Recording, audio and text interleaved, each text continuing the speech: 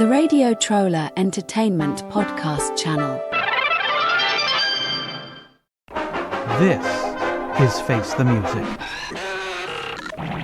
a pre-ELO song-by-song podcast. Episode -001, Down on the Bay.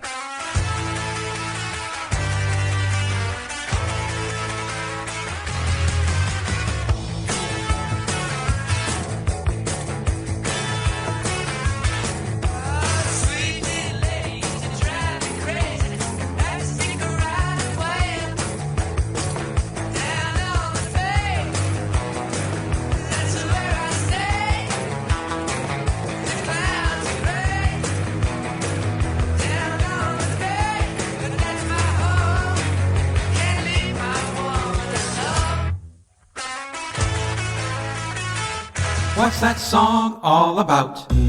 Down on the Bay was recorded on April 7th, 1971 and released on October 1st, 1971 in England and in November 12th in the United States as the B-side for Chinatown. It was written by Jeff Lynne. John Vanderkeest wrote in the September 5th, 2005 liner notes for the remaster of Message from the Country, a deceptively simple-sounding rocker in which a Chuck Berry-type intro leads into the kind of style which Status Quo were shortly to make their own. As with so many Move numbers, there's more than meets the eye. Listen out for those nifty changes in rhythm. It was covered by Cheap Trick in 1996. Guess who? Lily? I'm Eric Paul Johnson. And I'm Eric Wensensen. You okay? You sound like you're winding down. Do you need a you need a monster or something?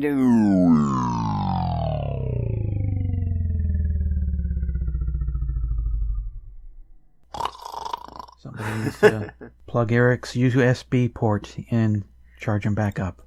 Down on the Bay. I first heard this in 1985. I think it closes out Split Ends. Last song on the album.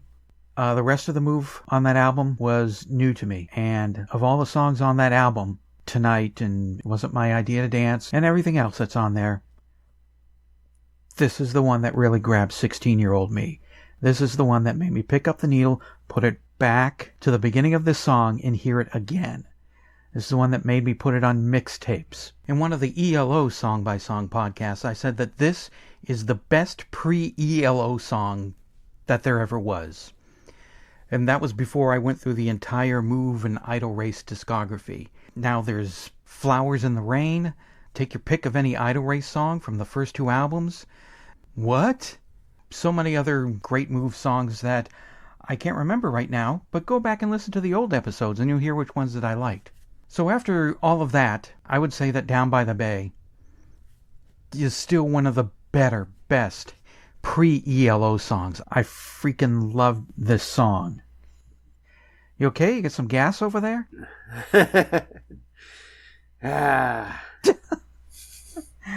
Oh boy.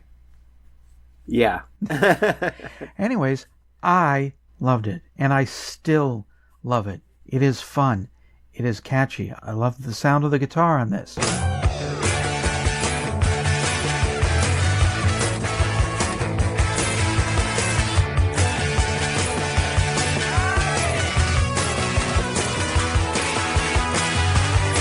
I love the riff that plays during the choruses.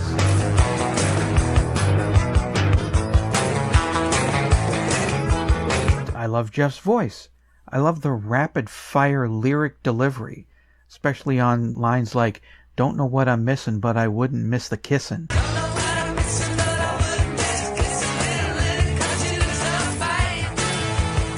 Yeah, they're not deep lyrics, but they're fun lyrics for a fun song. There's a little break in the song where it kind of slows down a little bit, so it gets a little bluesy kind of thing. And then Bevan bangs in with the drums and we're off again. Down on the bay, that's where I say. Down on the bay, love that. I could listen to this thing 1,000 times a day for the rest of my life, and I never get tired of it. Lots of times I've said, "Sweet Jesus, I gotta hear Down on the Bay. If only to bother Eric after this. You look like you ate something really bad today." Yeah, and it was Down on the Bay. I know I've probably heard this before. I had to have heard it before. Didn't remember it. Didn't mind it for the most part until it got towards the end. And that's when the little noisemakers come in.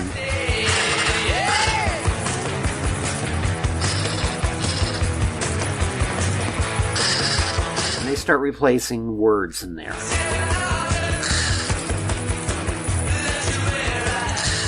And that completely ruined the song for me. Everything else that had come before, because, yeah, this is something you've heard Electric Light Orchestra do over and over and over. And Jeff Lynne's ELO do over and over and over. It's the 50s inspired rockabilly type thing. Yeah. And yeah, I'm thinking, okay, guitars are pretty good, Jeff's voice is good, I'm enjoying this. And then, at the end, once again, they keep goofing on it. They keep taking songs that would be good if they actually took them seriously, and they start goofing on them.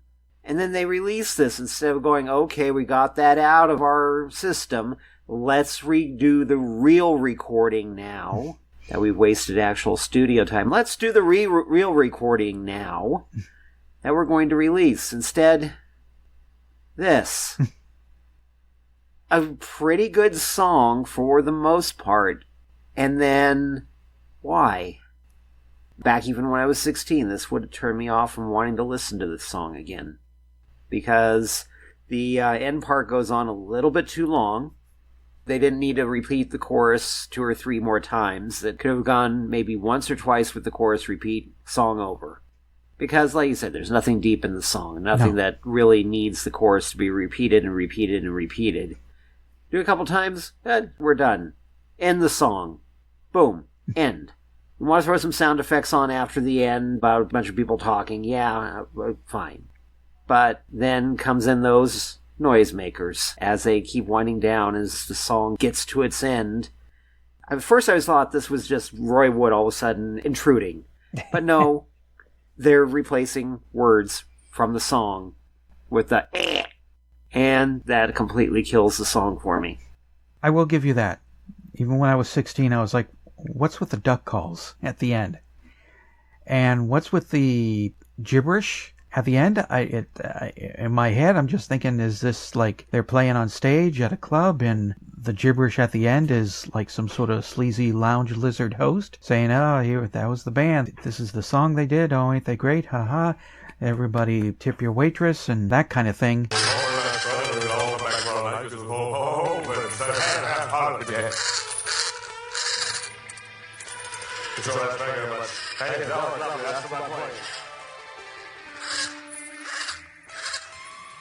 Yeah, when I heard that in 1985 when I was 16, I couldn't figure out what was going on here.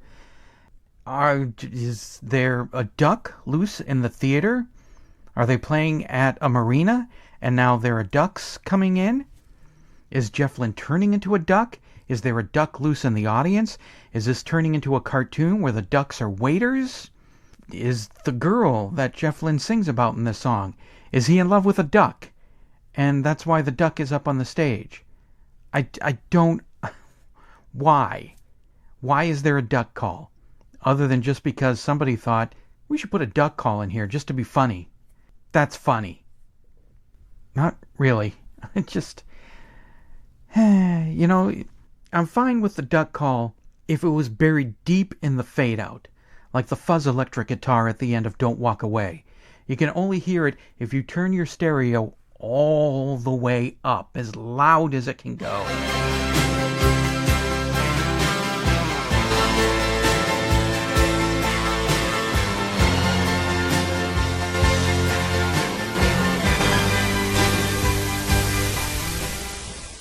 And that's where that duck call and this gibberish should be at the end of this song.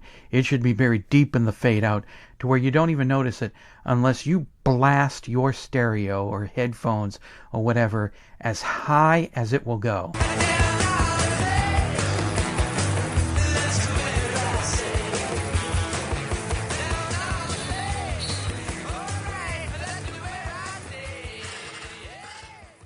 I don't know what's going on, and I don't know why it's there. I'll give you that. That was needless, really. Yeah.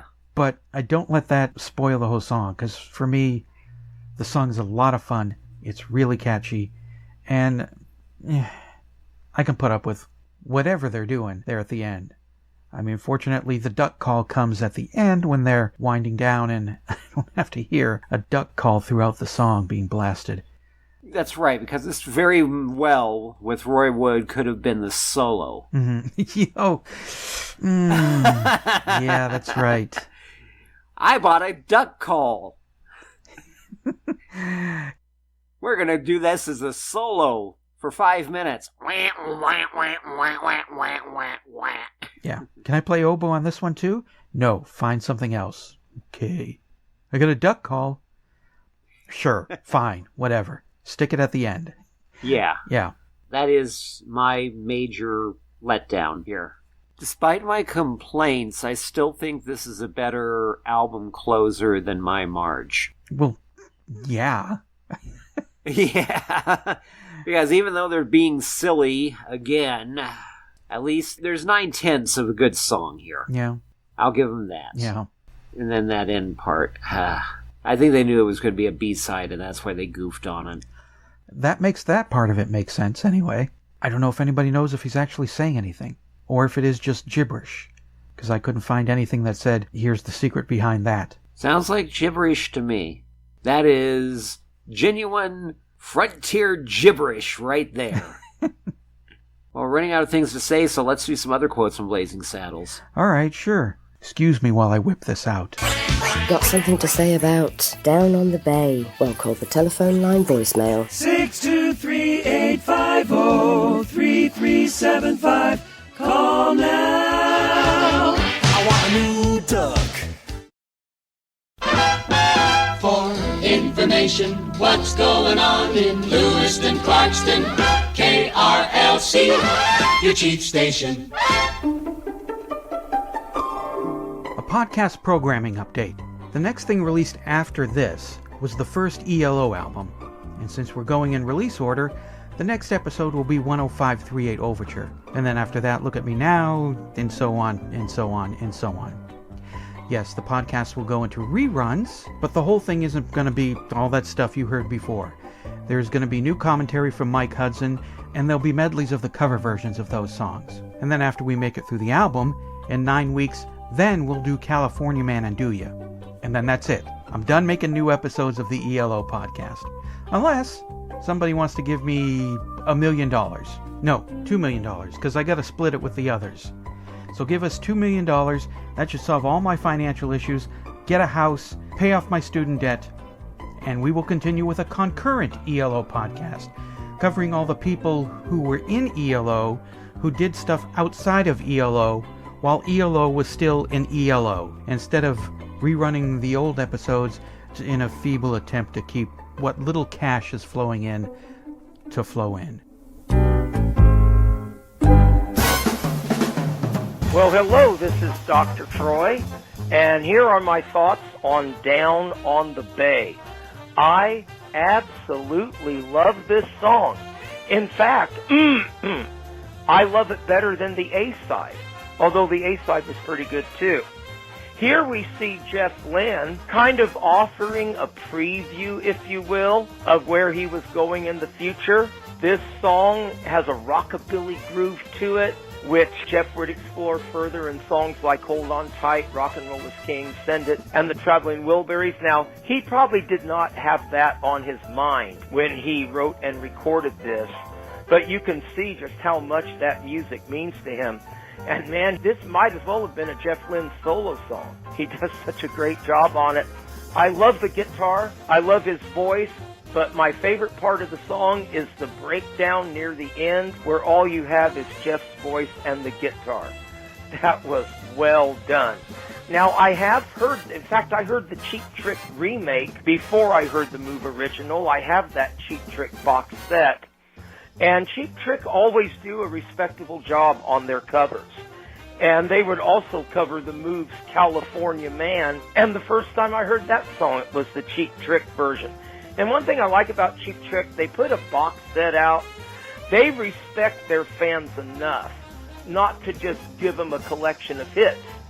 And in a way, That's what ELO did with their box sets. Yeah, you got the hits, you got the album cuts, but you also got a lot of stuff you've never heard before.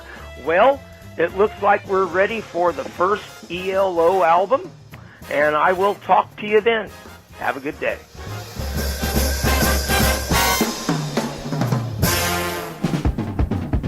Face the Music, a pre-ELO song-by-song podcast, is a production of Radio Trolla Entertainment Assorted Deli Meats Amalgamated. You can contact us by voicemail at 623-850-3375 or email us at eloftmpodcast@gmail.com and we'll read and reply to it on the show. Keep up to date by joining our Facebook group and spread the word by sharing the link or giving us a quick rating on iTunes. Subscribe to our YouTube page, the Electric Light Orchestra Podcast channel, to hear other goodies. You can financially support the podcast at patreon.com/ELOpod or PayPal using the podcast's email address, or send a check or money order to P.O. Box 1932, Superior, Arizona 85173. Next episode 001105338 Overture. REPC, the Radio Trolla Entertainment Podcast channel.